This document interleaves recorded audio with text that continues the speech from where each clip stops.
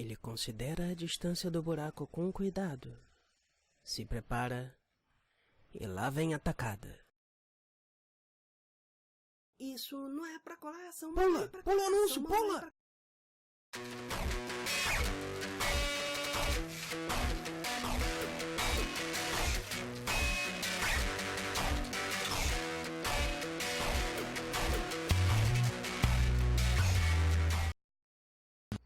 Você quer um jogo divertido de graça? Então morra na escuridão do seu coração!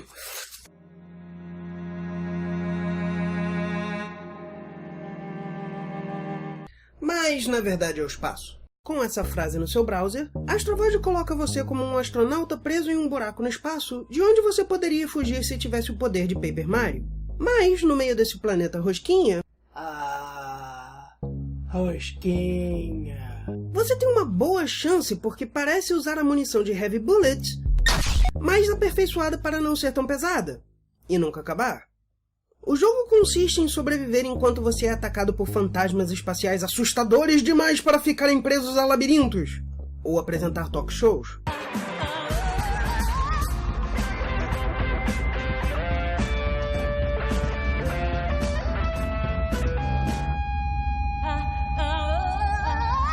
E se você for tocado...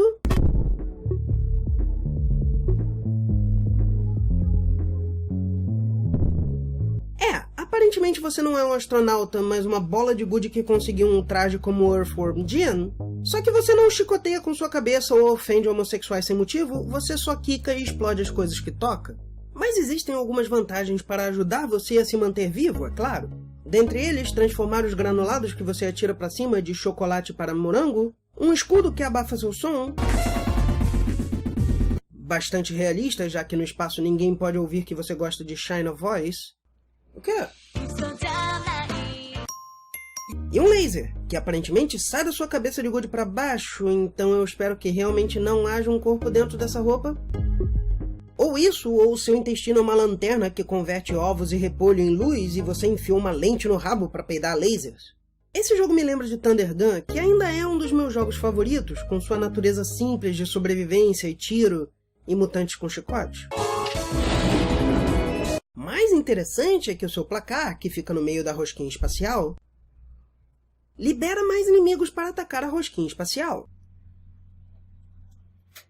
Como aranhas que se movem como pêndulos na altura em que você estiver quando surgem, e Pac-Man que são pesados demais, então ficam pulando na parte de baixo da tela, como cachorros. Rosquinha espacial. Como cachorros que cheiram bacon no seu bolso. Bacon. Numa rosquinha. Primeira promoção, Minha Casa, Minha Inundação 3. Eu tenho que pedir a compreensão de vocês, apesar do banco e das contas não terem esse tipo de compreensão.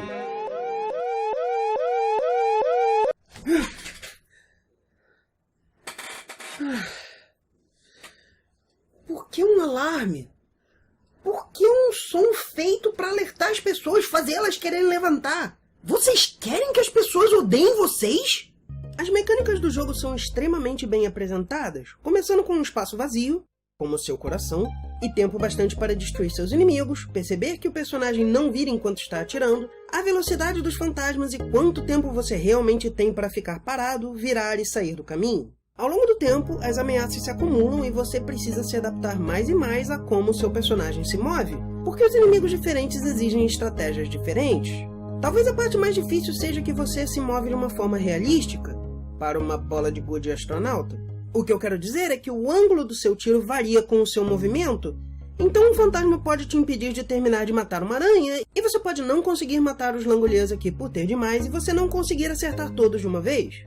E, se você chegar aos 1500 pontos, começa a surgir uma lacraia que continuamente aumenta de tamanho, e enquanto os outros você pode desviar e atacar depois, a lacraia você só vence se ficar parado atirando direto até ela ser completamente destruída.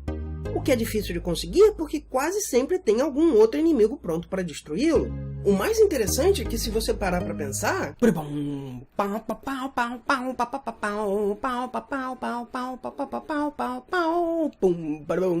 Esse é o inferno dos games.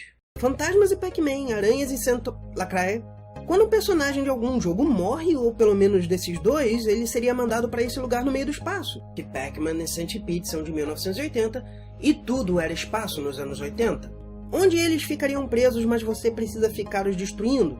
O que eu suponho quer dizer que isso é como um sistema de contenção dos caça-fantasmas, mas talvez possa se encher a tal ponto que essas paredes, que vão sendo manchadas de sangue, não consigam segurá-los e se tornem uma das piores coisas possíveis. Um filme do Adam Sandler. O que uma raça de alienígenas poderia fazer de pior? Você ainda não viu nada, terrícola. O quê? O que você está fazendo? Você sofrerá um calor de 40 graus. Eu sou do Rio de Janeiro. A gente experimenta verão de 50 graus todos os anos. Então nós vamos fazê-lo desidratar. Ha, ha, ha, ha, ha, ha. Isso aqui é um pé no saco, é um pé no saco, é um pé no saco. Pula, pula o anúncio, pula.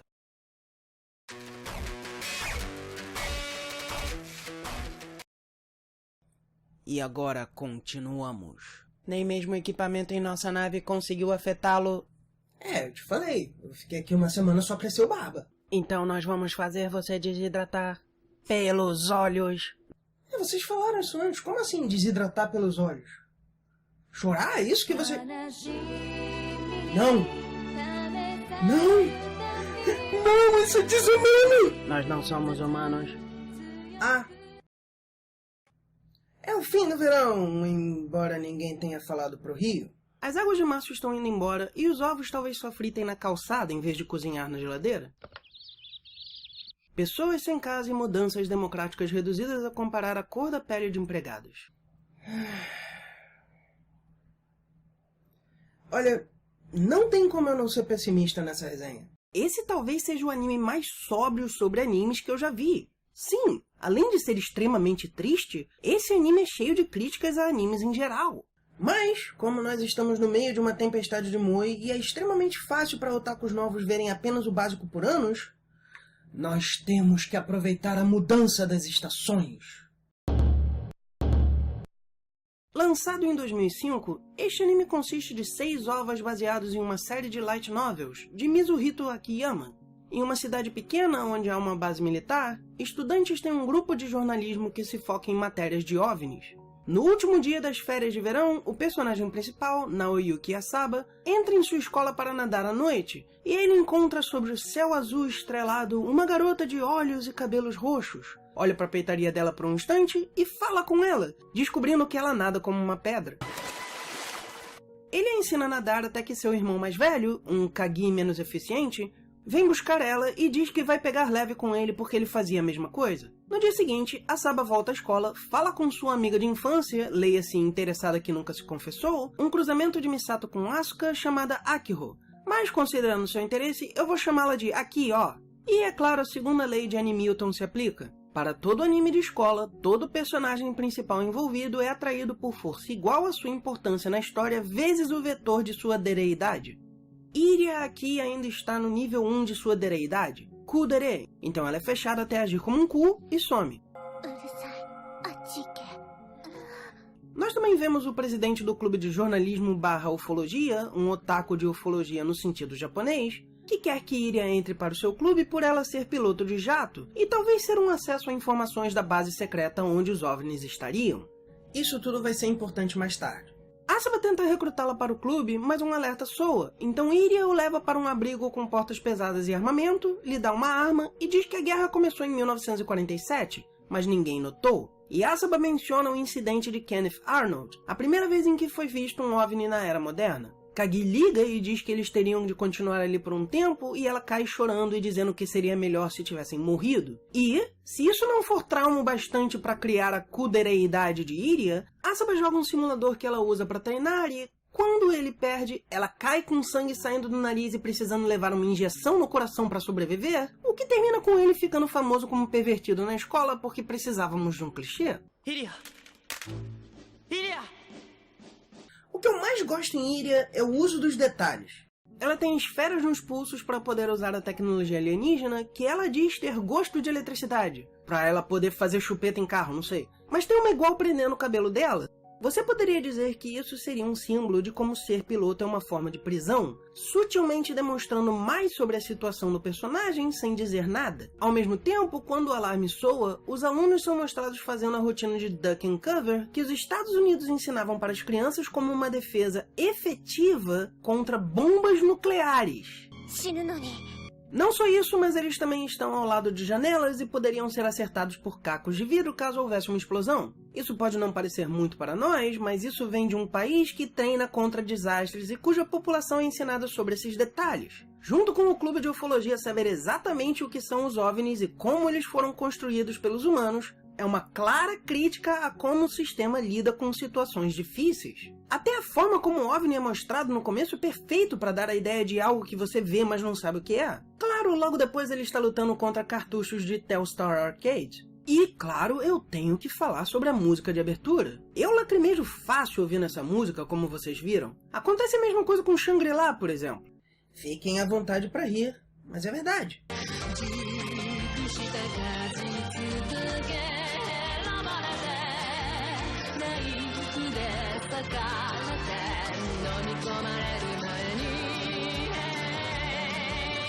Well then, it's damned inconvenient.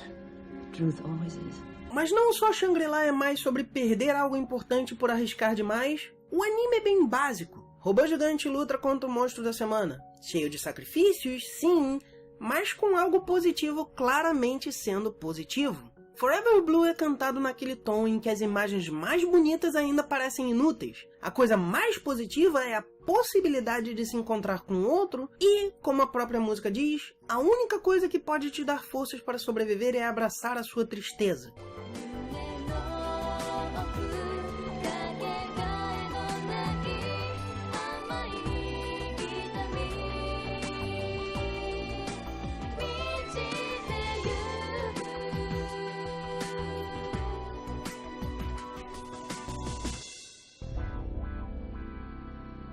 Eu juro, eu tenho medo de Chihiro e Mai passar por mim na rua e eu começar a chorar porque eu ouvi a voz dela. Mas vamos falar do que interessa antes que eu chore. Algumas cenas eu acho particularmente interessantes, como a Kyo se apresentando para os pais de Asaba. Ah, você é a colega de sala dele que gosta dele sem nenhum motivo aparente, que vai gostar dele para todo sempre e nunca explicar por que gosta dele. Sei. Indicando claramente suas intenções para pessoas interessadas em Asaba sem falar com ele. Ela literalmente se declara para o espectador, não para a pessoa que deveria ser mais importante. Mais tarde ela fica bêbada e só então consegue circular o assunto, mas nunca realmente se declara. E a Kyo Langley Soryu ainda nos dá a primeira metade do quarto episódio, onde ela disputa com Iria de forma tão épica quanto a guerra de comida de Ruby. Justice will be swift! Justice will be painful! It will be delicious! Mas sem poderes ou sequer usar comidas como arma. É apenas um duelo épico, mas isso a leva a ficar fora e não ligar, e Kaguya parece visivelmente deteriorado. E, no dia seguinte, Iria começa a transição para Dereidade nível 2, Yandere. E aqui começam os spoilers pesados. Se você quiser parar aqui e voltar mais tarde, fique à vontade. Essa é a questão central e inescapável que deixa a Iria tão triste. Se até aqui ela tinha uma doença com consequências graves e inesperadas, a partir daqui não há mais dúvida. Gostar de Asaba está a matando. E se isso ainda não parecer claro até esse momento, quando eles tentam fugir, ela corta o cabelo e é então atacada por um homem aleatório, tendo de se defender e forçando os dois a escaparem de onde estavam se escondendo. E não só isso ocorre quando ela está sozinha por Asaba estar vendo uma revista de mulher, quando eles têm que fugir e ela insiste em levar o gato que tinha adotado, ele se irrita pelo trabalho. Ela abraça sua yandereidade e fica obcecada em convencer Asaba que não foi estuprada, e isso leva ele a brigar com ela, o que a faz entrar em uma crise e a catapulta para a dereidade nível 3, tsundere. E se você pensa que ele é um puto escroto, lembre-se disso para mais tarde também. Pelos próximos dias, Iria deixa de vê-lo como Asaba e se recusa a tratá-lo bem. Ele a convence a continuar indo, dizendo que Asaba tinha pedido para falar com ela ou que Asaba estaria esperando no próximo lugar. Até que eles encontram um lugar parecido com onde eles tiveram seu primeiro encontro e ela se recusa a se mover e continua não o reconhecendo. Isto, meus caros, é a representação realista de uma dere.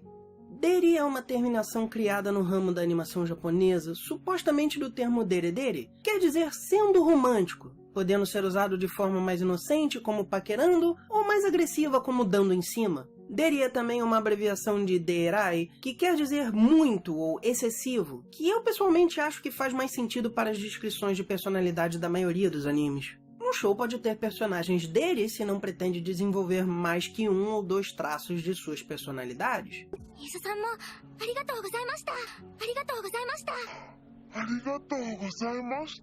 Entretanto, o motivo de Iria ter sua dereidade variável é justamente ter uma personalidade completa. Em um mundo mais real, é praticamente impossível conviver sem mudar, então ela muda para poder ficar com Asaba. Existem também algumas inversões dos papéis de romance que são interessantes. Sim, Iria é uma guerreira interessada em proteger Asaba, mas isso não é novidade. O que é interessante é a sexualidade. Ela é mostrada de forma quase sexual quando está desacordada por sua doença, mas quando cai sobre Asaba no velho tropicão do anime, não só ela cai sobre ele, o que já é uma inversão, mas apenas ele vê aquilo como sexual. Ele até se desculpa, apesar dela ter caído sobre ele. O que interessa para Iria é ser aceita por ele, e é então que ela se mostra feliz, indiferente da situação. Por isso ela entra no clube de ufologia. E essa cena talvez não seja bastante para ser uma sese, porque não explica todos os detalhes, mas o mais importante da série é a relação entre Asaba e Iria, então eis a cena que explica a série inteira. Iria manda um recado por Kagi ainda não deteriorado para ele estar em certo lugar em certo horário, onde ela surge pilotando seu jato OVNI e eles dançam juntos. Ela usa tudo o que pode para estar com ele e protege o mundo apenas para ele, pela oportunidade de estar perto dele. Usa de tecnologia avançada, um veículo gigantesco, mas parece menor que ele. Quase como um floco de neve, mas em brasa para se manter no ar, até ter de deixá-lo. E a única coisa que um floco de neve e uma brasa têm em comum é serem temporários. É bonito, porém triste, Shiryu. Iria é Reia Yanami. Se você está confuso quanto ao meu uso de nomes de Evangelion, eu entendo. Eu também estou. De fato, o único motivo que eu tenho para usá-los é que a imagem no clube me lembra muito daquela colina onde eles lutaram contra o segundo anjo da série. Mas os arquétipos funcionam muito bem. O chefe do clube são os 2 amigos em um, sendo energético e um otaku da ameaça, mas com o corpo e impulsos do cara maior, o que faz o garoto se interessar mais sobre o assunto. A Kyo, como eu disse, é Asuka bebendo como Misato, o poço de hormônios que quer o garoto. Asaba é Shinji, embora possa parecer estar ao contrário, porque a história principal aqui é a pessoal e a secundária é a guerra, enquanto em NGE era o contrário. E Iria é Rei. Rei literalmente querendo dizer zero e sendo a palavra usada para exemplo. Iria wa sa, gakuensai de nanika yaritai koto aru? Nandemo ii nda. Tabemono ya demo, kissaten demo. Asaba to onaji no de ii. Feita para ser substituível e vazia de personalidade porque seu propósito é ser enchida. Gigiri. E quem vai encher isso de significado? Aquele babaca escroto. Asaba. A representação dos otakus em geral. Sim, nós estamos aqui de novo. Parece que foi 2 semanas atrás.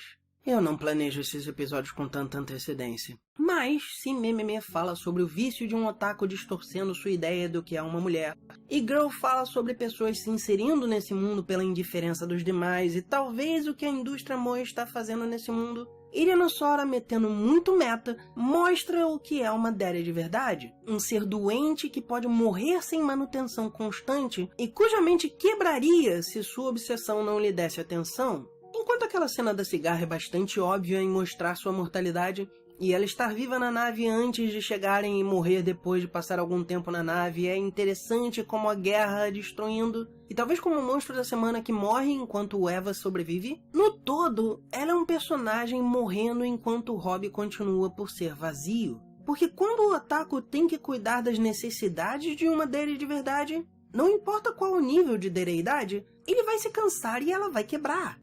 E olha, eu não estou dizendo que ser otaku é ruim. É claro que não, eu sou otaku. Eu estou dizendo que você tem que ter cuidado para não ser otaku no sentido japonês da palavra. Existe uma diferença enorme entre perceber que dormir com um travesseiro longo pode ser confortável e colocar um braço no travesseiro. As deres nesses travesseiros não tem nenhum buraco que você não faça e nunca vão mudar de expressão a não ser que você troque a fronha. E nós temos que dar o benefício da dúvida. Se for só arte que você gosta de olhar, vai em frente. E se você mirar no chão ou usar uma meia, essa vai continuar sendo a versão oficial. Mas você que tem que explicar isso para as visitas, hein?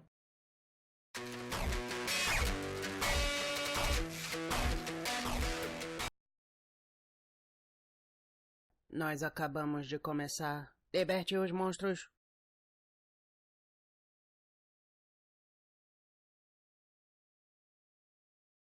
Ah, 40 graus é inverno no Rio, mas ainda faz suor. Hahaha. Impressionado, humano. Esses monstros correrão lentamente e destruirão suas cidades. Você não pode estar falando sério. O quê? São coelhos. São bichinhos bonitinhos. Ninguém tem medo de coelhos. Exato. Terrícolas pensam que hipopótamos são bonitinhos e eles matam mais do que seus supostos reis dos animais, os leões. Ativar plano 7. Tan, tan, tan.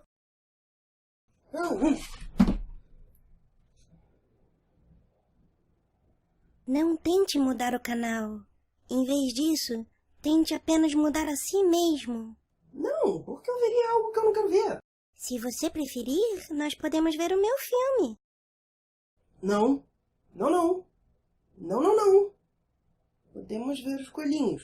De 1971, A Noite dos Coelhos é um daqueles filmes que é divertido em quão antigo ele é. Se você já viu algum filme mudo, você deve ter visto que parte da interpretação de atores era intencionalmente exagerada. Claro, não só o motivo é óbvio, usar a linguagem corporal para suprir a falta da voz e do tom de voz. Dentro dessa parte do cinema, se mostra algo perfeitamente funcional e, dependendo do seu ponto de vista, uma bela forma da arte. Vide Chaplin de patins como representação de diversão infantil e esse chão pintado como a arte sendo ainda mais visual em sua criatividade. Entretanto, existe um motivo para esse tipo de interpretação ter se tornado piada. Aliás, ao menos dois. Um é que, com a presença da voz, os excessos físicos não estão mais suprindo uma necessidade, voltando a ser apenas excessos. O outro, e mais claro, é que a limitação de emoções e características fisicamente representadas torna os personagens bastante simples. Simples demais para pessoas que agora têm acesso a personagens mais desenvolvidos. Motivo pelo qual Michael Bay encheu Transformers com tanta computação gráfica e explosões a ponto de uma morena ser trocada por uma loira e a diferença ser quase nula. A Noite dos Coelhos é um daqueles filmes em que você pode ver as diferenças da interpretação e pensar Chaplin, mas ver os efeitos e pensar que bonitinhos os coelhinhos que obviamente não são de verdade.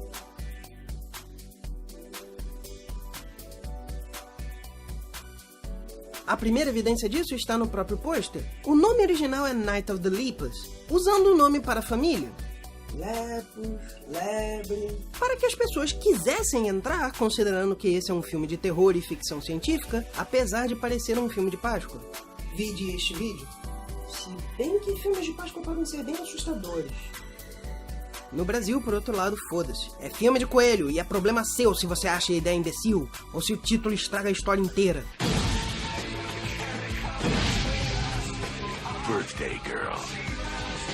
Pelo mesmo motivo, o pôster também não mostra nenhum coelho, senão em forma de olhos à la Mansão Fantasma, ou mariposas. Esse aqui, aliás, parece estar se escondendo na caverna por trauma depois que o Pac-Man comeu ele. A história começa com uma matéria especial em um jornal, onde eles estabelecem que coelhos estão se multiplicando demais na Austrália. E que o mesmo está acontecendo nos Estados Unidos, mas o mais importante é essa parte. It's difficult to conceive that such an innocent furry rabbit, scientifically known as Lepus. Ah, velho, eu quero meu dinheiro de...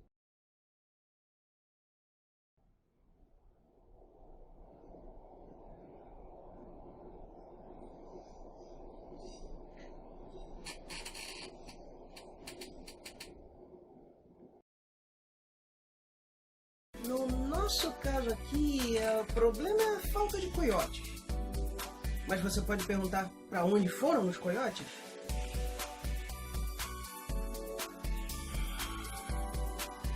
Ciência! Sim, ciência, o terrível e demoníaco método de distorcer a natureza. anos 70. No King Kong de 76, eles vão para a ilha para perfurar petróleo. Basicamente, a ciência criou uma falta de coiotes e isso causou um excesso de coelhos, que fez um cavalo tropeçar. E isso leva...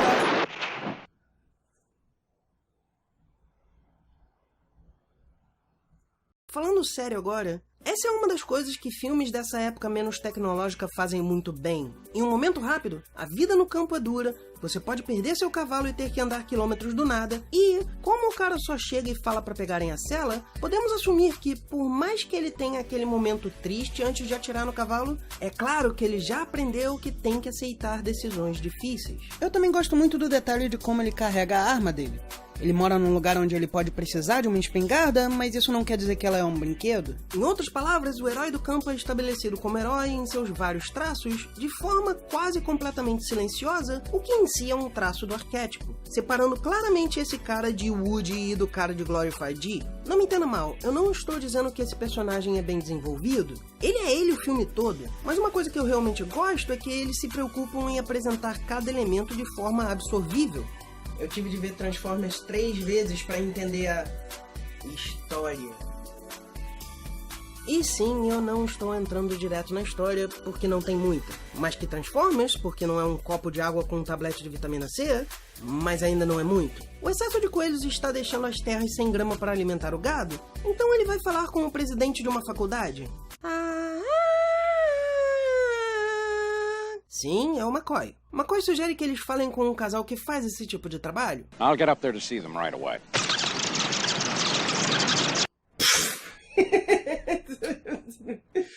Essa talvez seja a melhor transição que eu já vi. Eu sei que muita gente critica jumpscare, mas essa é a coisa mais assustadora no filme inteiro. E me faz rir.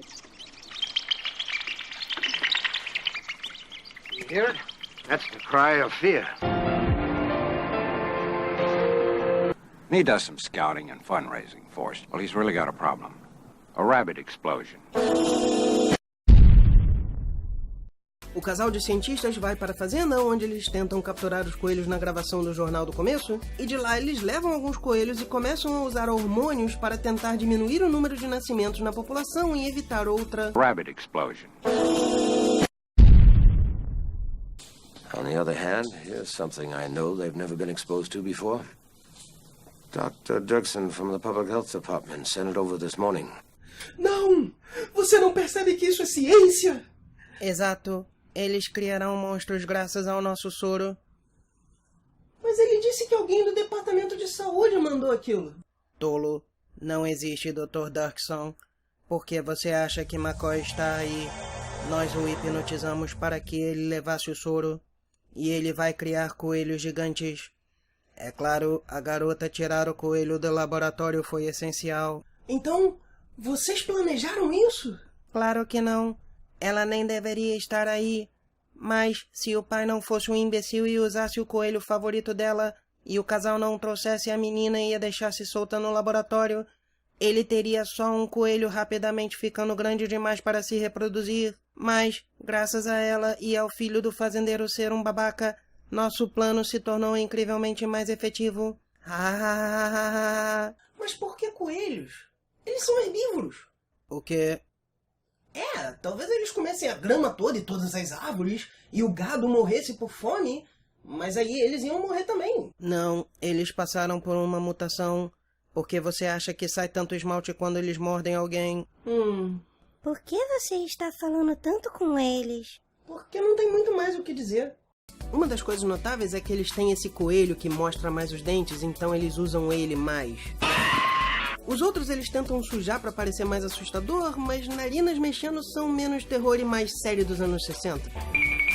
Outra coisa é que os coelhos, animais conhecidos por sua velocidade, ficam lentos enquanto andando pelas maquetes bonitinhamente. Isso, claro, pela velha ideia de que um ser maior precisa ser mais lento. Talvez esse seja o motivo de, por décadas, dinossauros arrastarem suas caudas até os paleontólogos apontarem o fato de que as caudas não são sobras, mas parte do movimento dos animais que os têm. Mas talvez o mais engraçado seja que esses predadores gigantescos se comportam como coelhinhos assustados. Oh não, um pedaço de madeira que não é de forma alguma uma maquete. O que vamos fazer, Lilica? Vamos olhar pra lá como se tivesse uma câmera ali, Peninha. De resto, o filme é o que você pensaria pelo nome. Cenário com pessoa inocente, coelhos em close.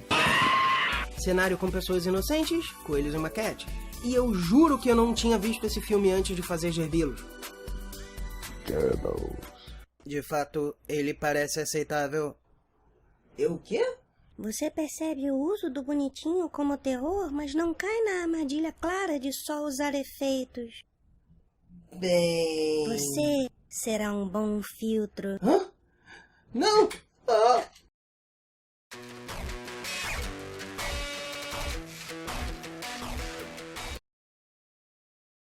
O espécime se encontra sob anestesia. Vamos começar pelo estômago. É a parte mais óbvia e mais acima do tamanho normal. Não, eu estou acordado. Parece que eu tava dormindo.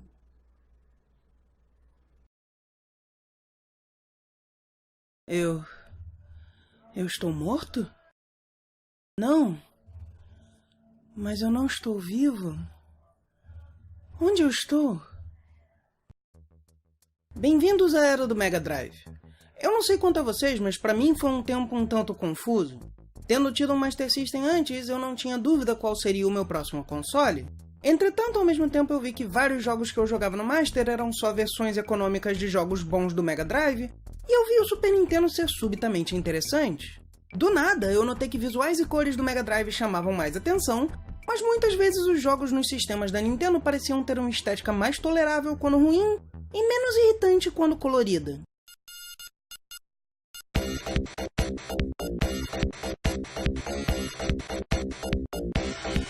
Em outras palavras, eu não estou dizendo que Nintendo era melhor, por assim dizer. Eu estou dizendo que, no retrovisor, muito das atitudes de jogos no console já era claramente exagerada demais e só voltada para criar hype. Motivo pelo qual um truque de programação virou uma campanha de marketing imensa. Eu ainda sinto nostalgia quando penso em Sonic 2 até hoje. Provavelmente isso tem a ver com a jogabilidade ser ótima, a música maravilhosa e o final épico e grandioso. Mas Sonic 1 ainda tinha um estilo gráfico um pouco detalhado e escuro demais pra mim no Mega. Eu lembro do caranguejo. Mas esse estilo obscuro para mostrar que o Mega era adolescente termina com Robotnik, uma caricatura presidencial adoravelmente irônica antes de virar um obreirasauro sem graça, com uma bola ligeiramente menor que a sua nave e ligeiramente maior do que ele, balançando, ou soltando fogo, ou tirando pedaços do chão. Eu nem lembro do final de tão padrão que o jogo era. E no Master os níveis eram mais simples, embora eu pudesse entender os gráficos mais fácil e correr mais, se o controle não fosse tão ruim. Entretanto, essa possibilidade de ter coisas mais sombrias, mesmo que um pouco adolescente demais, não é em si ruim. Isso abriu o mercado para muitas histórias e forçou a indústria a encarar as questões necessárias para deixar de ser um grupo de jogos e virar um suporte, tal qual literatura, cinema e histórias em quadrinhos. E Chakan é um bom exemplo disso. Baseado em quadrinhos de Robert A. Krause dos anos 80, Chakan é um jogo que ganhou reconhecimento na época por seu cenário sombrio e ganhou uma grande audiência de admiradores. Eu pessoalmente não joguei o jogo na época, mas era um daqueles jogos que ganhou destaque e sobre o qual eu li em revistas. Lembra quando a revista não era 1/5 do preço do jogo? Ah, mas quão sombrio pode ser um jogo em 1992, Fernando?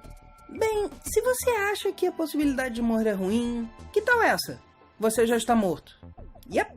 Chakan, super confiante em suas habilidades como espadachim, desafiou a morte querendo se tornar imortal se ganhasse. Se perdesse, ela faria o que quisesse com sua alma. E eu aqui pensando, só entrar em contato com a morte já seria incrível. Até o Thanos tem tido trouble tentando telefonar a Tormenta da Morte. Não é como se ela parasse para almoçar com qualquer um.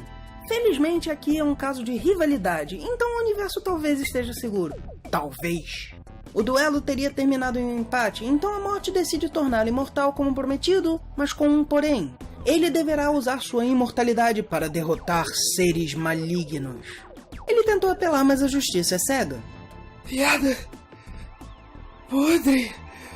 Mas aí você pergunta, como deixar um jogo interessante se seu personagem não morre?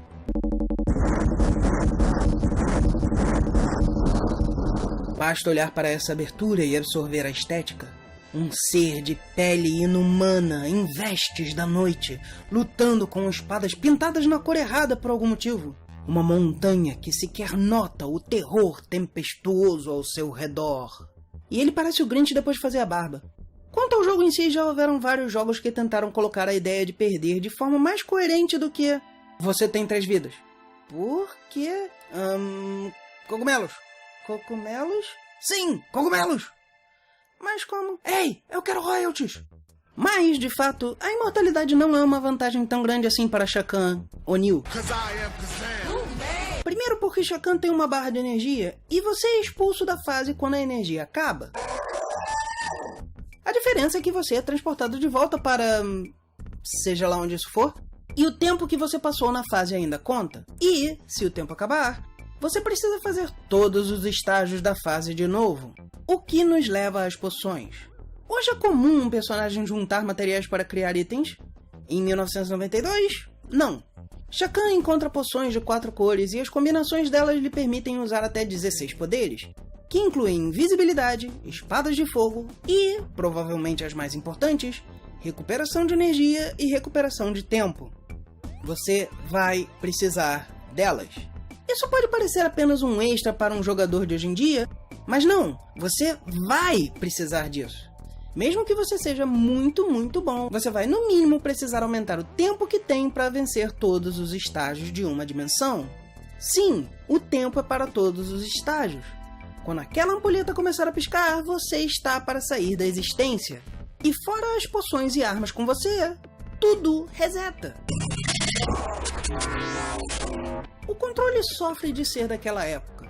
Essa ainda é a época em que os designers de games exigiam, e muito, dos jogadores.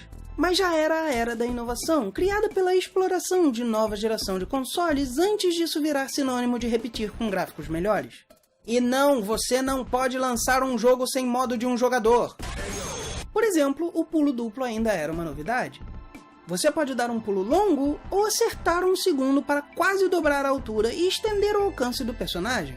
No caso de Shao Kahn, se você estiver com uma das 2 armas mais leves. Embora eu não saiba como ter um machado no bolso em vez de nas mãos diminui seu peso. Aliás, como você coloca um machado no bolso?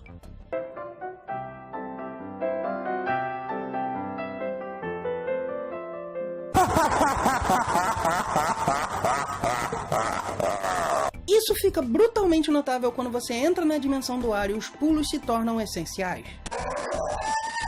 Para sair do primeiro estágio dessa dimensão, você precisa chegar até um canto alto, passando por vários pulos, um dos quais precisa ser duplo e absurdamente preciso, enquanto evitando uma criatura que atira bolas de beisebol pré-históricas, e matar uma segunda, com pouco espaço para se desviar, imensa facilidade para cair e tendo de acertá-la 12 vezes. Outro exemplo dessa inovação de imperfeição é a forma de ataque. Shao Kahn, Ra, pode atacar em 10 direções. 10? Sim, 10, porque quando você aperta para baixo, ele ataca à frente mais baixo, ficando completamente vulnerável a ataques pela superfície, tendo de acertar um pulo com ataque para baixo para se defender de inimigos naquela direção. E esse jogo adora colocar criaturas que passam pelas paredes voando, então você precisa poder atacar em todas as direções. É claro que o fato dos inimigos poderem passar pelas armas tanto quanto pelas paredes não ajuda, mas o fato de alguns ataques simplesmente não acertarem a área esperada destrói a utilidade disso tudo. Por outro lado, quando Shao Kahn ataca baixo com as espadas, parece que ele está espantando uma aranha pro lado de quão foda ele é. Ah, eu sou uma perigosa aranha. Sai pra lá! Além da dimensão do ar, dominada por uma criatura vigiada por uma preguiça maligna, com seus penhascos flutuantes, porque o Eterno não ia andar em nuvens, Shao Kahn precisa também passar pela dimensão da água, que começa com um pântano cheio de cabeças que nadam.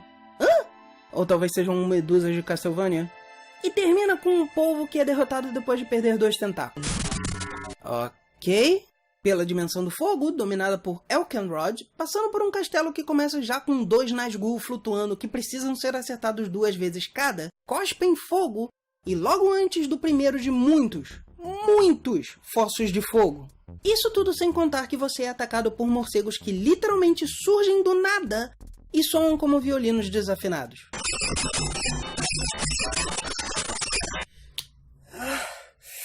É de alguma forma irritante e apropriado. E pela dimensão da Terra, dominada pela Rainha-Aranha e seu bufã dos anos 80 à la Elvira. Eu diria Adele, mas ela me lembra mais do Anacaris, que parece ser o próprio intestino da Rainha-Aranha, com zilhões de pequenas aranhas saindo do nada, e pênis desenrolando para fechar o seu caminho que fazem um som metálico, então... consolos no console. Cada dimensão termina seu primeiro estágio dando uma nova arma para o jogador, que vai ser essencial para continuar o jogo nos diferentes estágios, por remover alguma barreira.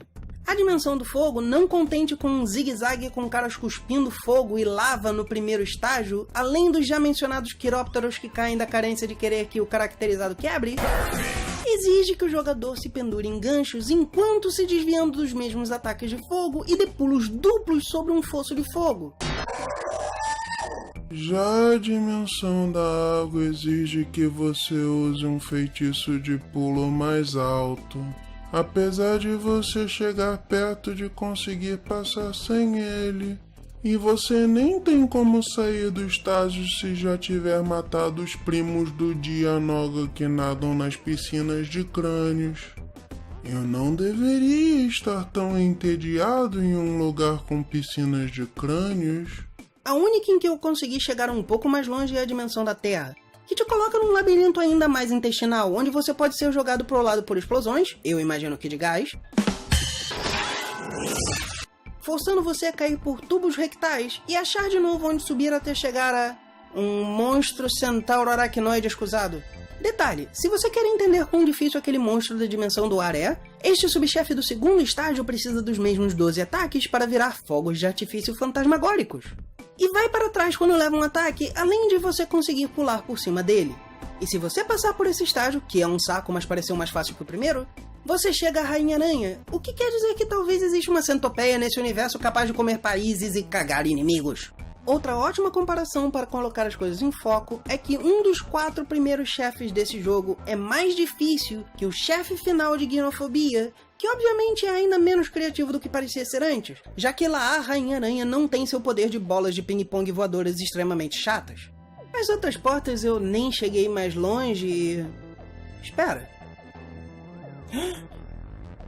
Agora tudo faz sentido. Você não está lutando contra o mal, você está lutando contra uma das forças do mal. Uma força do mal que causou tudo o que estamos vendo. Preguiças. Preguiças controlando seres poderosos para conquistar o universo. Ela é sábia demais. Agora não podemos apagar sua memória e mandá-lo de volta com uma parabólica no cu.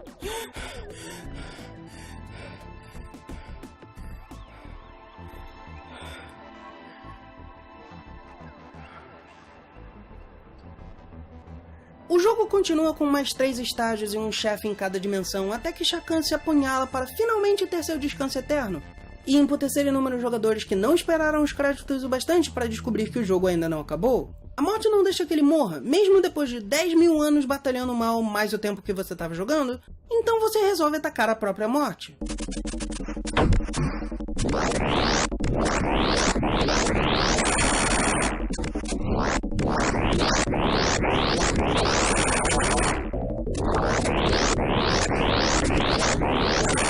Não.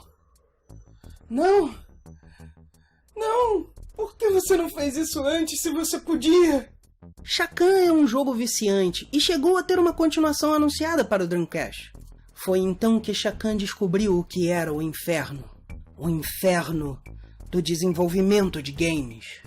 Tentando convencer seus fãs a comprar o Dreamcast, apesar do que aconteceu com Saturno, aquela grande bola de gás, a SEGA começou um projeto para criar jogos de franquias adoradas pelos fãs, incluindo Streets of Rage 4, ToeJam and Earl 3 e, claro, Shao Kahn The Forever Man 2, além de Sonic Adventure e Echo the Dolphin, os únicos 2 que conseguiram sair desse limbo. Certamente é um lugar ainda pior que os tijolos voando na eternidade. E de lá, Shao Kahn não sairia. A não ser que você conte o trabalho feito para o jogo ter sido absorvido para Blood Omen 2. Os quadrinhos continuaram sem considerar o jogo canônico e chegaram a fazer um filme, embora eu não consiga sequer achar uma imagem de pôster. Se bem que não é o Ebo, mas a imagem que eu consegui me faz pensar em Jonah Hex, então... O jogo, ainda hoje, continua desafiadoramente bom. A minha inabilidade não me fez parar de jogar, mas sim querer jogar mais para ficar melhor. Eu odeio a noção de um jogo te obrigando a usar itens para ter acesso a partes cruciais do estágio, ou a ter ataques super precisos porque acertar não acerta. Mas a ideia de poder morrer o quanto quiser me manteve voltando de novo e de novo. E cada vez que eu conseguia derrotar um desses monstros com tanta energia que falar em dezena não é o bastante, você tem que ir pra dúzia, como ovos, eu realmente sentia que tinha conseguido fazer alguma coisa, apesar de meus ovos terem sido chutados tantas vezes antes. Ainda assim, eu não chego nem perto da morte. Se essa for a saída, não vai ser hoje.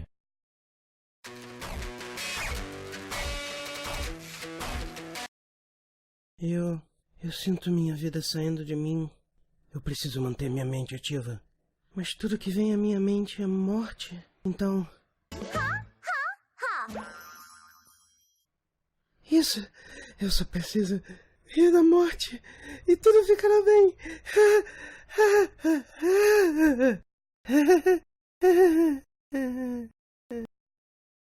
Antes do mundo começar sua terrível inversão de valores, que supostamente nos fará viver numa pontuação flutuante dentro de uma versão pior de Irakudai Kishi no Calvary, Digibro Yo, ou um campo de concentração para homens não ser visto como sexista, existia uma coisa chamada comédia. Comediantes demonstravam o humor da vida apontando quando coisas eram irônicas ou quando atitudes comuns eram ridículas, basicamente admitindo as limitações humanas ao mesmo tempo em que ajudavam pessoas a viver melhor com elas. Didn't you get that, Robin? I object, Your Honor, and ask that the last question be stricken from the records. It is merely an attempt to influence this intelligent, broad-minded, and most intellectual jury. Existia até, imagine você, uma separação entre comediantes, que criavam comédia, e atores cômicos, pessoas com capacidade de injetar alguma graça em suas histórias. Basicamente, um comediante analisava situações e criava piadas, enquanto um ator cômico só as contava. Don't you want me to sing a song? Oh, yeah, but I thought you and I could do a song to get a boat. To get a boat? Yeah, wouldn't that be splendid? Por décadas o foco estava nos cômicos. Industrialistas que eram, os membros da mídia preferiam encontrar alguém capaz de executar as piadas, contratar comediantes, passar seu material por todo filtro possível e imaginável e acabar com qualquer que seja o nome do programa de comédia de sábado à noite da Globo. Fale o que quiser da Praça Nossa, o formato é claro e direto, e eles nunca fingiram criticar políticos sem fazer crítica. O senhor preocupado com o povo? Não é bem preocupado, é para desviar o foco. Não é particularmente engraçado ou inovador, mas nesses critérios eles empatam em zero. Com o tempo, comediantes começaram a dizer: Ei, eu tive de deitar com essa indústria e catar as pulgas de manhã, e essa indústria precisa de 2 sacolas. O perigo de trabalhar encontrando o lado engraçado da vida, é claro, é seu sucesso depender da perspectiva de sua audiência. Coisas inovadoras podem ser mal vistas, e formatos antigos podem ser usados de novo e de novo até ninguém mais aguentar. Mas isso não é nada comparado com o que não comediantes fazem hoje em dia pensando ser piada.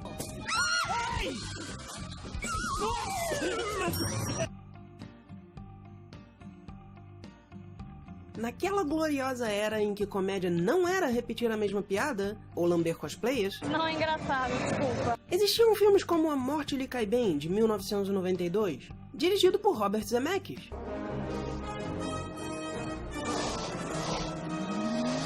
E ganhador do Oscar de melhores efeitos especiais. E nós veremos alguns deles.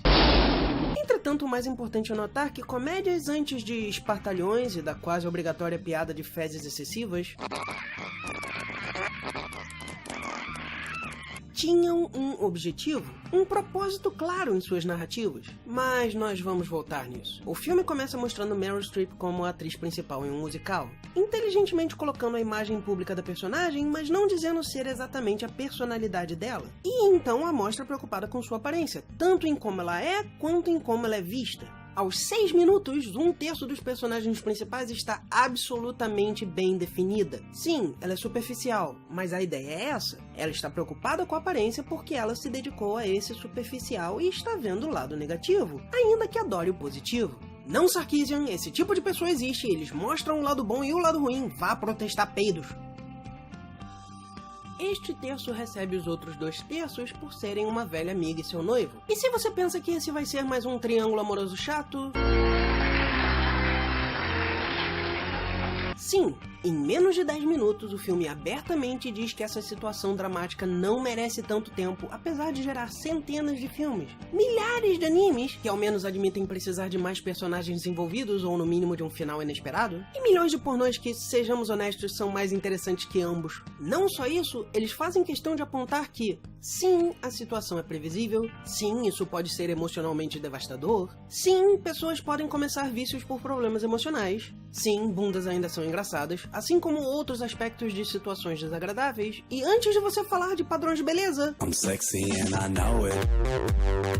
Sim, pessoas podem ser consumidas por seus problemas emocionais, e sim, seus problemas ainda são um pé no saco, mesmo que sejam problemas reais. Às vezes assim, mas muitas vezes assim. Entende o que eu quero dizer com comédias tinham um propósito? A ideia não era injetar graça em situações mundanas. Oi, eu sou um gatinho. Olha como eu sou bonitinho.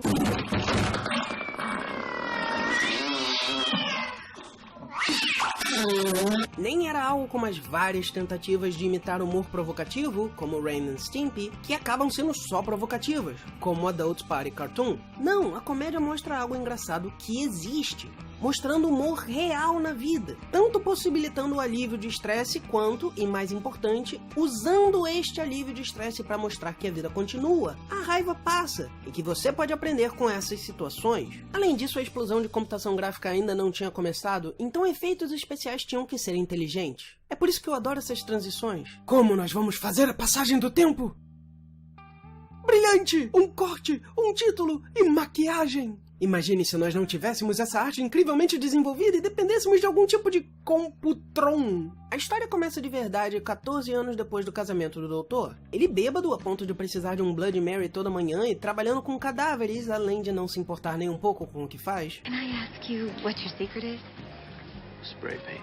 E sua esposa atriz vive de traí-lo e tentar parecer mais nova. A ex do doutor acaba de publicar um livro, que tem um espelho para dizer que ela também é obcecada por sua imagem, e os convida, se mostrando tão mais esbelta e popular a ponto de seus olhos terem ficado espelhados ou algo assim. E se isso é ao mesmo tempo bonito e estranho para você, bem-vindo ao clube. Tente não pensar em Dragão Vermelho. Ela convence o doutor que Whack Your Ex não é um jogo absurdamente violento, enquanto a atriz descobre uma forma secreta de rejuvenescimento. Depois de tomar a incrível poção que fica em pé sozinha, que sempre tem uma silhueta flutuando na garrafa e parece ter deixado os mamilos dessa mulher tão sensíveis que ela não pode mais cobri-los com tecidos, não que eu esteja reclamando, o cheio de álcool e a cheia de poção ficam cheios de raiva e de saco cheio, chegando quase a um quebra-quebra, que quase se completa com consentimento quanto a querer que o combate acabe, mas acaba com uma queda e ela quebra. E enquanto o doutor se desespera e liga para sua ex-ex, que se fosse inglesa seria de Essex, como SSXS, nós vemos a composição de cena e os efeitos especiais em ação. Sério, enquanto eu estava vendo, eu não pude deixar de me impressionar com quão bons os efeitos são. É como ver Fausto de 1929. Se você não prestar atenção nos efeitos, a atmosfera te consome e as limitações não são um problema. Até a forma de se moverem é estranha de uma forma que contribui para o terror. Como fica claro, as duas tomaram a mesma poção, que parece te transformar em algo entre um Lich normal e um Dracolite, para os RPGistas por aí, sem um ponto fraco, mas sem respawn. Como se você só tivesse a capacidade de controlar o braço do Tetsu, mas não de criá-lo. Depois de lutar por um tempo, note que ela não consegue manter a cabeça no lugar e ela tem um problema no estômago. Não se meta com a meta de meta. Com suas feridas expostas e claramente incapazes de se matarem, elas finalmente param de mandar indiretas no Facebook e conversam. Sim, meninas e meninos, esta comédia tem aqui mais um ponto muito interessante. Você não deve brigar e especialmente chegar a uma luta física. Não porque você vai preso ou porque o dano físico ao seu corpo pode ser irreversível, porque... Oh, it's amazing. Nem mesmo porque é socialmente inaceitável e pode impedir que elas sejam exiladas do resto do mundo, porque isso já é parte do acordo pela poção do corpo perfeito. Não. Esta comédia, depois de apontar que você pode sim querer atacar alguém e até achar a vitória física sobre o outro satisfatória, acaba de apontar que você não deve brigar simplesmente porque não funciona. Pense nisso. Todo mundo precisa se controlar para não usar uma pá contra uma pessoa, ou uma espingarda. por todos os motivos já citados, mas, mais importante, porque você não resolve os problemas dentro da sua cabeça, não importa o quanto você tentar destruí-los fisicamente. Nem mesmo uma poção que te dá imortalidade pode resolver os seus problemas, mesmo ela parecendo ser feita da alma da Pantera Cor-de-Rosa. E sim, eu tenho que pressupor que uma pedra imaginária, com cor que existe apenas para cérebros humanos, e que não tem motivo para ter esse nome, esse visual ou esse humor associados a ela, senão pela inegável necessidade humana por personagens fodas, animais antropomorfizados e desenhos animados, e androgenia, nada seria mais perfeito para criar a poção de seremos para sempre pessoas. E essa conclusão ocorre a 3/4 do filme. Por que eu estou apontando isso? Porque isso é outra coisa que nós temos bastante nesse filme. Recompensas. Em vários momentos você recebe algo pelo tempo que você investiu no filme. Aos 6 minutos você tem um personagem completamente definido, aos 10 você tem um triângulo amoroso basicamente desmantelado, aos 25 você tem a segunda personagem completamente desenvolvida, aos 75 você tem a ferramenta narrativa da poção e seus efeitos desenvolvidos completamente. Você nunca sente que está jogando seu tempo fora. A maior das conclusões, entretanto, vem com as madames notando que a manutenção de seus corpos ia ter que continuar e elas iam precisar do doutor e suas latas de spray. Então elas decidem convencê-lo a tomar a poção, com um vaso na cabeça, que poderia ser aquele exemplo de parnasianismo que todo mundo lê na escola dado os temas do filme. Ele então conhece Nona Nua nem Tangananuka, que parece ser sua maior fã, que tenta convencê-lo a tomar a poção e continuar a manutenção para todos. O que me faz perguntar, por que ela não teria alguém para manutenção? Ninguém pensou nisso até agora? Alguém deve ter esbarrado em uma maçaneta e rasgado a pele em algum momento? Por outro lado, ela facilmente poderia ter sido uma vilã aqui, com uma sala de cabeças de pessoas que ela não gosta ou que se opuseram a ela. Ainda faria mais sentido do que Dark Horse. Mas aqui ela nem ataca antes de ser ameaçada. Claro, o filme ainda usa o velho "ele está certo agora, então ele acerta o que não conseguia antes". De fato, se você procurar, existem várias estúpidas justificativas para por que ele seria melhor que elas. Ele é menos superficial que elas, o que deveria ser o bastante, mas ainda assim não dá valor à vida, logo não é tão bom. Um lugar perfeito para um personagem ser relacionável. Porém, ele tem de se casar e ser fiel apesar dela estar traindo. Ele tem que se manter lá mesmo com sua esposa tendo morrido e ameaçado mandá-lo para prisão, e só se declarar livre quando acha uma brecha em seu juramento. Till death do us part. Well, you girls are dead. O mesmo efeito poderia ter sido feito só com o vício dele ter parado. Ele nem precisava virar Bullseye. Mas o filme tem um ritmo tão bom, desenvolve tão bem seus personagens e cria uma narrativa tão boa que eu não posso dizer que chega a estragar o filme. Fim das contas, depois do doutor recusar tomar a poção para ser uma estátua viva e poder encher a cara e manter os carniçais prontos para tirar fotos de calendário, ele precisa passar pelo telhado para fugir e acaba pendurado em um cano quase quebrando. Oh! After you fall, you can put yourself back together again.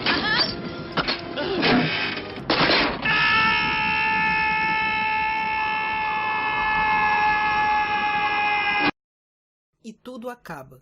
O doutor paga por sua escolha e o espectador fica ponderando o valor da vida, enquanto o doutor é cagado em Cool World. Não, nós precisamos ter um pouco da péssima fórmula hollywoodiana. O doutor cai em uma piscina inspirando Duro de Matar 5, magicamente vive uma vida que Dequinha apreciaria, e é justificado como herói no fim do filme, enquanto suas exes zoam o ex-zangão e zigue-zagueiam e roncam, zzz, e caem e quebram na calçada. E, ainda assim, eu não posso deixar de sentir um certo peso. Essa validação da vida apenas se você estiver seguindo uma religião é algo que realmente continua me causando bastante frustração. Por que alguém iria querer viver sabendo que pessoas próximas e desconhecidas simplesmente te julgam errado e exigem provas apenas para considerá-lo igual? É uma vida cansativa e eu me sinto... cansado.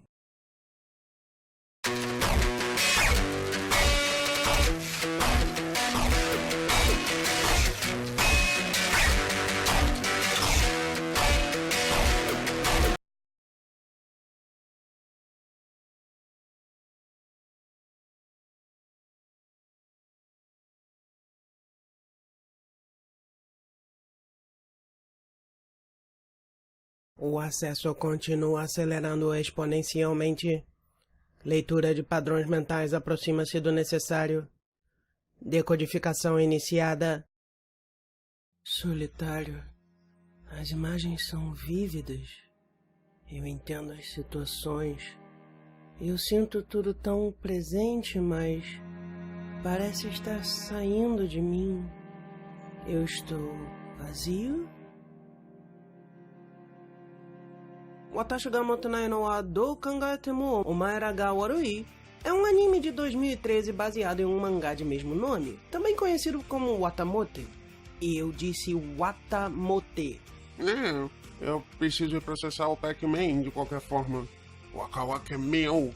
Watamote conta as histórias de Tomoko Kuroki, histórias com E maiúsculo, mas eu preciso voltar um pouco. Esse título gigantesco pode ser traduzido como não importa o ponto de vista, eu não ser popular é culpa sua. Entretanto, esse título talvez seja o primeiro exemplo de teai, título que explica o anime inteiro que eu já vi. O nome da personagem principal, Tomoko Kuroki, é da mesma forma perfeito. Kuroki é uma palavra para madeira sem casca, material pronto para ser usado, mas que ainda não foi utilizado. Ao mesmo tempo, Kuro é o ideograma para cor preta e Ki é a mesma pronúncia de amarelo. O design da personagem claramente usa o amarelo do uniforme dela para contrastar com seu cabelo negro, sua vida como igual a todos na escola, contrastando com ela como indivíduo. O nome dela aponta para o contraste gráfico, além, é claro, dela ser dark e estar tentando ser brilhosa. Não que o anime precise apontar sutilmente, ela abertamente declara sua intenção o tempo todo. É a premissa da série.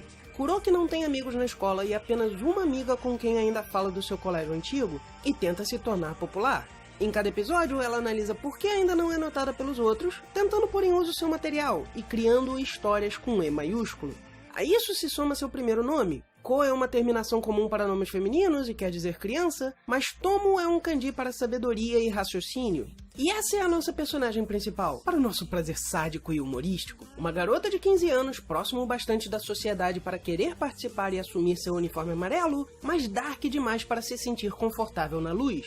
E eu desesperadamente preciso de um motivo para parar de falar o nome dela. Eu não vou dizer ser o primeiro, porque eu vagamente me lembro desse recurso sendo usado mais de uma vez, mas é um nome que explica o personagem inteiro. Um nap.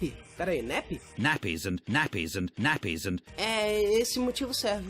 Mas o ponto continua válido. Esse é o 10º parágrafo e eu só analisei completamente o nome e a intenção do personagem principal. Esse é o nível de desenvolvimento que eu vejo aqui. O design do personagem, seu nome, suas intenções, suas histórias são praticamente indistinguíveis entre si. Isto é desenvolvimento! Eu aviso quando terminar meu mestrado em episódio 6 de No Game No Life e começar meu doutorado em Brasimon.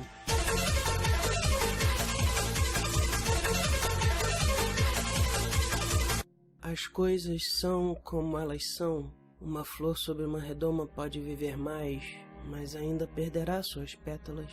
A árvore negra é um caso de... Saúde. Uma das coisas que eu gosto no inglês é que tem uma palavra para o que eu sou. Sim, eu sei que parece que eu virei 90 graus tão rápido que uma moto atrás de mim bateu. Mas eu ainda estou falando daquele título enorme ao qual eu vou voltar ainda, eu juro. Ainda que a existência de títulos cause certo desconforto, já que um monte de preguiçosos mentais preferem nos ver como farinha, existem motivos para sua existência. E um desses é o simples conforto de saber que você é uma mistura única de características, mas há outros que têm misturas próximas. Vídeo otaku, uma palavra que basicamente quer dizer geek e é literalmente associada a um assassino canibal, cujo uso foi popularizado pelo negativo. Ela é abertamente aceita, alterada para positivo e espalhada por um simples motivo. Saber que você não está sozinho não é só confortável, é uma necessidade para um animal social como ser humano. Não importa o quanto casos de família tentem pintar cosplay como uma prática absurda, no país do carnaval... Pessoas precisam de pessoas e vão buscar grupos em 99% dos casos. E limparão as manchas de sangue em um título ou as manchas de esperma em outro até o grande conflito ser um meme no Facebook e ninguém lembrar dos crimes associados a ambos. Sim, eu juro que isso tudo tem a ver. Tem a ver por causa daquela palavra em inglês que me faz gostar tanto da língua. Awkward. Awk. Hello, governor. Não é um falcão cockney, que por sua vez não é o resultado de manipulação genética. Awk é uma palavra para estranho ou esquisito. Ward tem a ver com proteção, mas também é associado com local ou direção. E a combinação leva à ideia normalmente usada de alguém que se move ou se encaixa de forma estranha. E quando algo é awkward, isso não é errado, mas notável e incomum, e não fora do social como excêntrico. Na prática é basicamente aquela sensação estranha de que todos estão olhando esquisito pra você. Seja isso a ocasional verdade que todos experimentamos...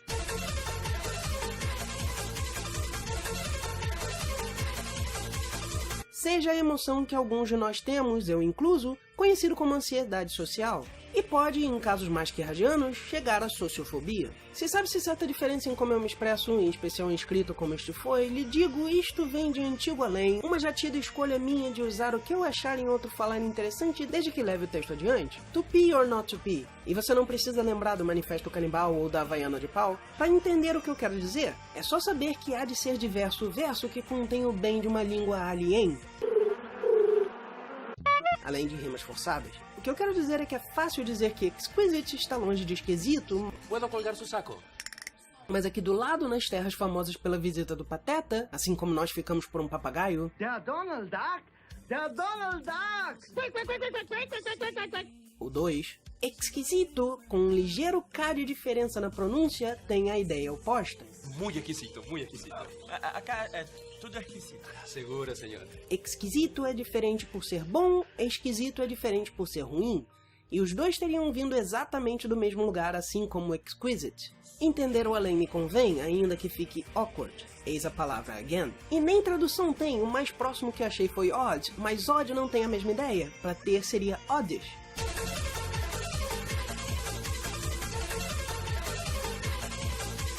E eu não me importo de fazer piadas bestas, desde que ser uma anta crie uma quimera que eu acho engraçada.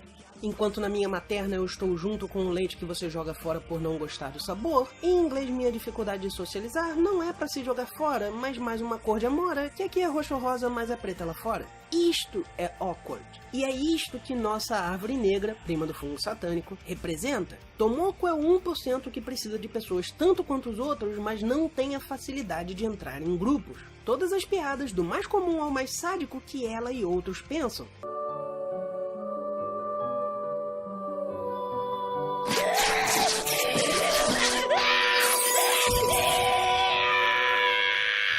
Toda tentativa de ser aceito e toda dificuldade de ser um indivíduo.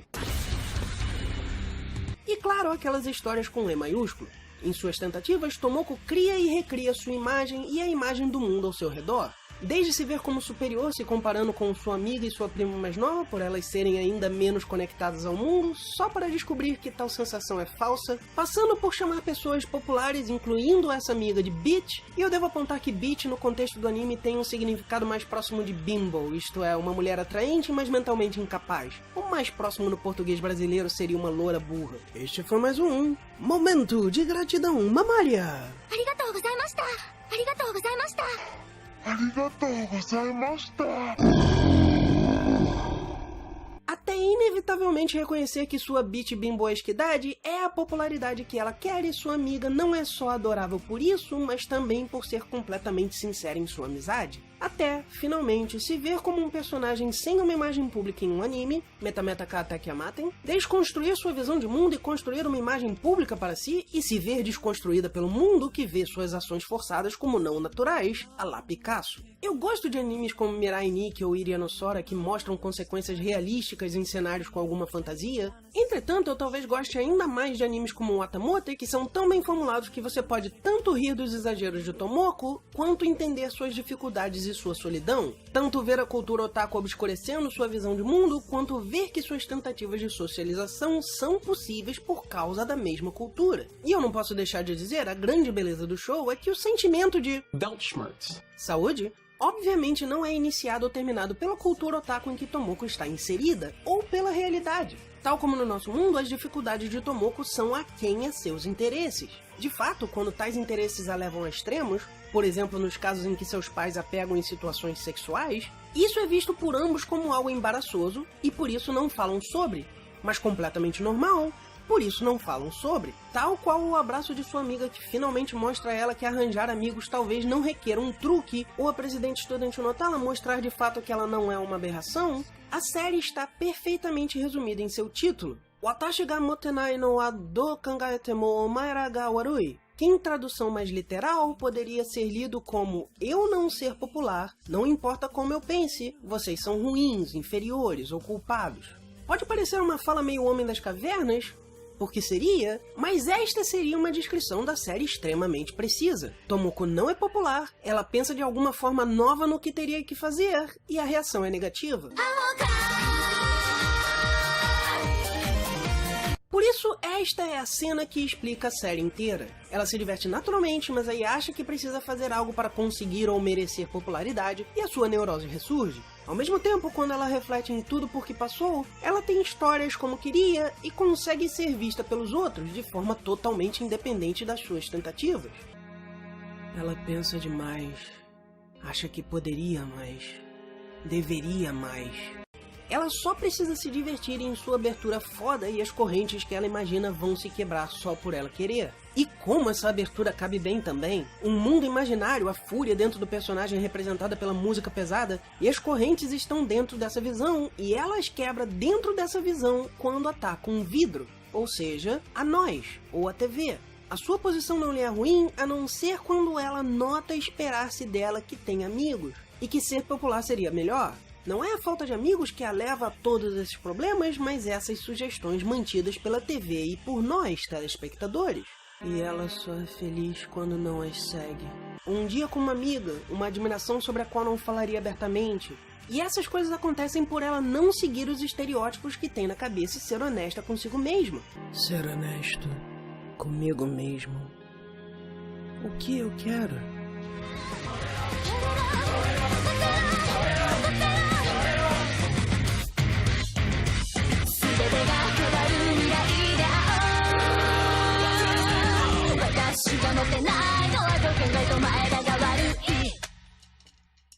Parado, humano.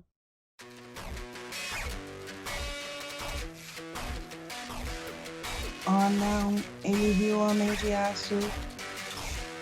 Só que não Fafner. Tarde demais, humano. Nós já conseguimos a informação que queríamos. Iniciar a Operação Aibapto.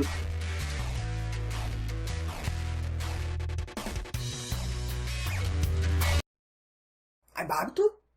Aibapto! Ha. Impressionado, humano? Não, como você pretende conquistar o mundo contra o meme? Isso é algum outro teste de coelhinho? Ora, como eu vou conquistar o mundo? Sendo um herói, é claro. Hã?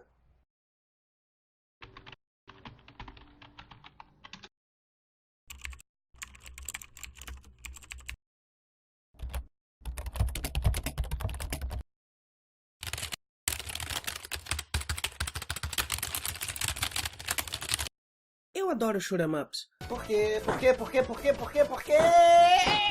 Eu estou sobrevivendo! Tem um verde! Por quê? Basicamente porque, embora existam os ruins, as ideias se mantêm básicas e só são mais exploradas. Se você entendeu como o jogo funciona no primeiro estágio, provavelmente vai entender até o último. Bolas que criam bolas. Bolas que criam bolas e depois as bolas criam bolas junto das bolas que criaram bolas. E eu adoro memes. Memes são uma janela para a mente humana, seja essa divertida, estúpida ou aterrorizante. Zero Wing é um ótimo exemplo do primeiro mais conhecido pelo segundo. Se você não é um fã, existem basicamente dois tipos de shoot'em up. O tradicional, onde você controla uma nave, tanque, carro ou soldado à la Rambo que só vai ser lembrado quando começar a socar rápido e agarrar pessoas, sai atirando enquanto a tela rola e seu objetivo é atirar no lugar certo enquanto não é acertado. E que existe desde 1978 com Space Invaders ou 1962 se você quiser incluir Space War. E Bullet Hells, uma variação em que o seu objetivo é atirar no lugar certo enquanto não é acertado. Eu sei, pode parecer ser a mesma coisa, especialmente depois de eu dizer que shoot'em ups mantêm os mesmos princípios básicos. Mas a forma de sobreviver e ganhar em Bullet Hells é aprender padrões. Em vez de desviar de tiros, o jogador precisa se manter em um caminho certo. Ao mesmo tempo, enquanto existe um elemento de velocidade necessário em shoot'em ups tradicionais, em Bullet Hells é mais uma questão de lógica e paciência. Por que essa introdução toda? Porque Zero Wing está bem no meio dessas duas tendências, na minha opinião, além de ter uma jogabilidade ótima e bastante inovadora. As fases são formadas basicamente de partes em que inimigos menores surgem em grande quantidade, partes intermediários com um desafio mais variável, subchefes e chefes. Nada particularmente inovador aqui, verdade, mas ótima execução. Os inimigos têm boa variedade, os estágios também mudam bastante com boa ambientação, como por exemplo esse túnel.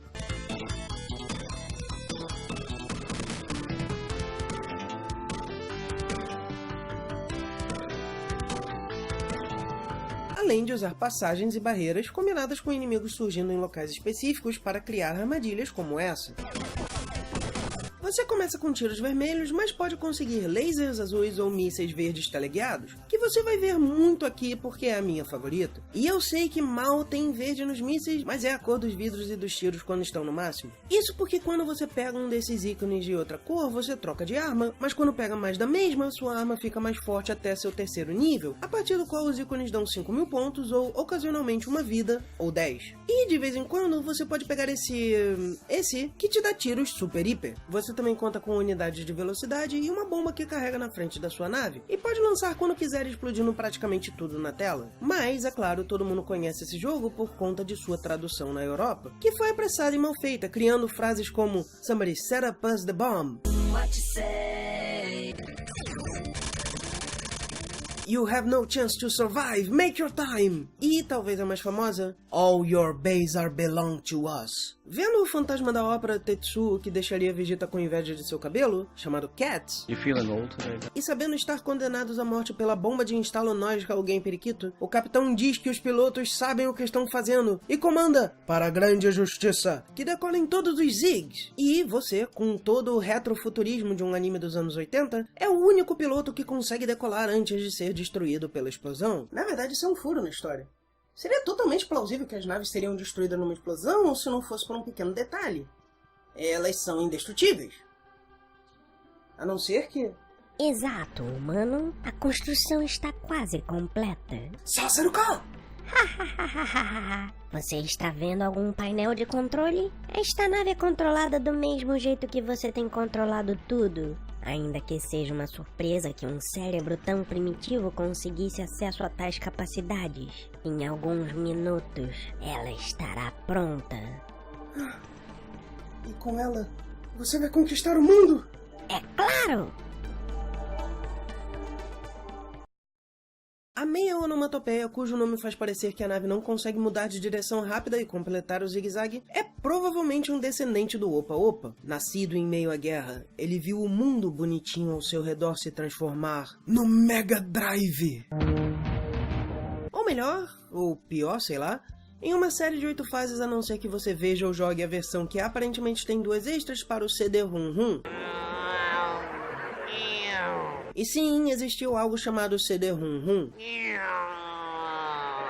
Entretanto, essa é uma história para outro episódio. É fácil ver nesses estágios que esse jogo é de logo antes dos primeiros Bullet Hells, mas vendo historicamente eu diria que é mais um misto dos dois. E sim, isso é possível, ainda que talvez só seja possível em um jogo como Zero Wing. Os inimigos menores simplesmente disparam na sua direção e você precisa desviar, como em um shoot'em up mais tradicional. E eu incluiria as armadilhas no shoot'em up tradicional também. Entretanto, os inimigos maiores funcionam por uma lógica próxima de Bullet Hells. Eles disparam um número de tiros forçando o jogador a memorizar padrões para se desviar. Essas naves, por exemplo, podem parecer um inimigo comum, com seus padrões não forçando muita memorização. E essas naves, embora pareçam menos bélico infernais, mas elas se acumulam. E esses trens... esses trens. Eles são um ótimo exemplo da combinação dos dois. E se você quiser conseguir passar por eles, você precisa ter o laser no máximo, derrotar o primeiro quanto antes, conseguir a bomba e lançar de forma a destruir o segundo rápido, enquanto estando prontos para desviar dos tiros que voltam assim que a bomba acabar.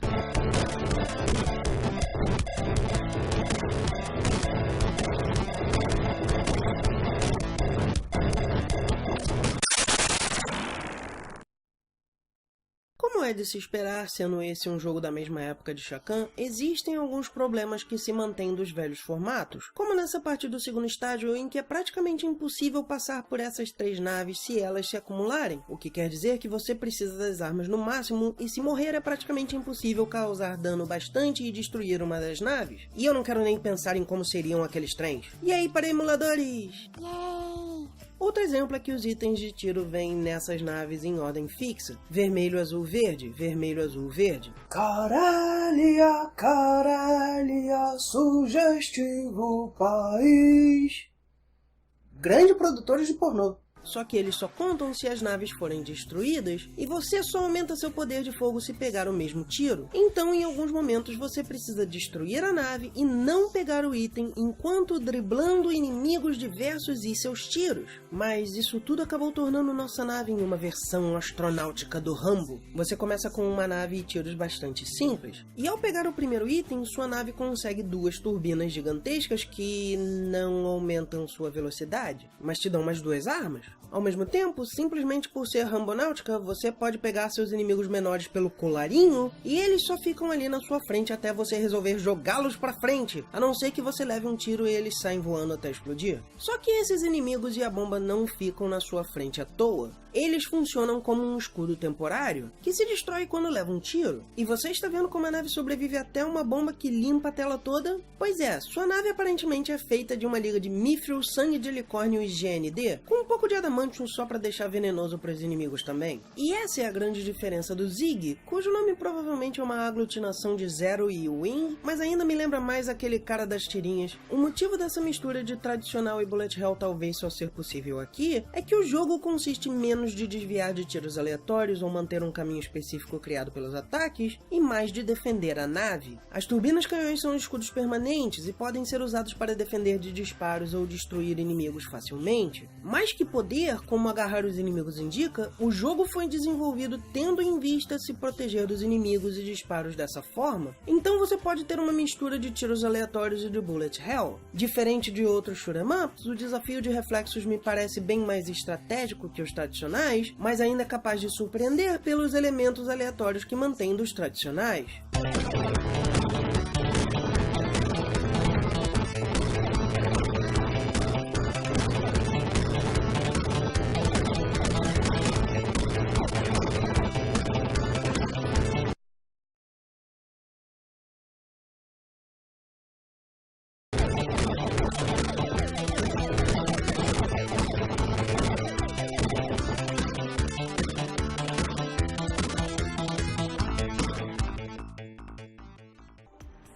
Ela está pronta. Estamos prestes a começar a invasão. Ah, você acha mesmo que alguém não vai pensar em atirar no piloto? Sim, nós também lemos o seu conhecimento sobre X-Men. Com essas naves nós conquistaremos o mundo com facilidade. Não, se eu puder evitar! Não faz diferença. Pilotos, para os seus zagues! Todos os pilotos, reportar para os hangares 1.4142, 27182 e 3,14. Hangar raiz de -1 ainda não foi encontrado. Pode não ter nenhum painel, mas aquele cabelo de algo deve ter por algum motivo.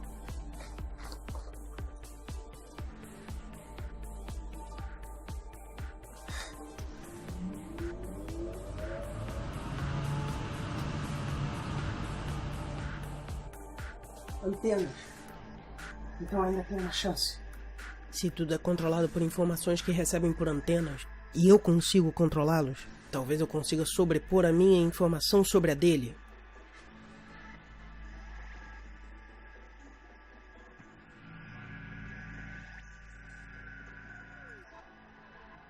Todos os zagues, decolar para a grande conquista.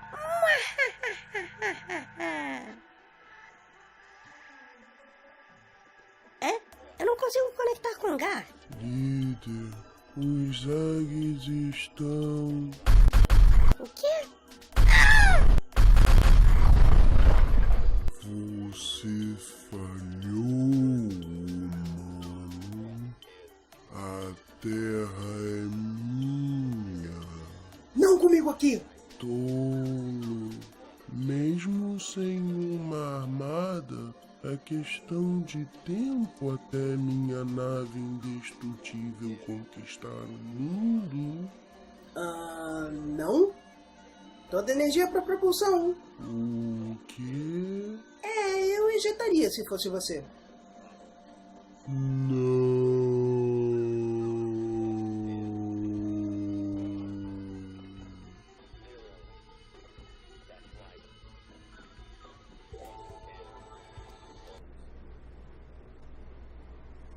E é isso.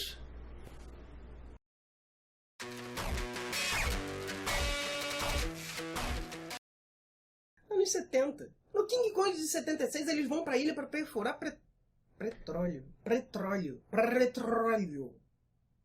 Petrônios do Johnny Quest. Essa talvez seja a melhor transição que eu já vi. Eu sei que muita gente critica jumpscare, mas essa é a coisa mais assustadora no filme inteiro. E me faz rir.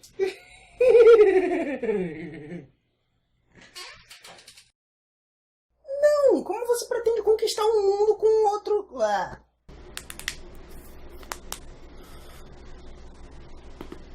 Só ser o carro. Não. Eu adoro ficar assim, sabia? Maravilhoso. É. Kamehameha.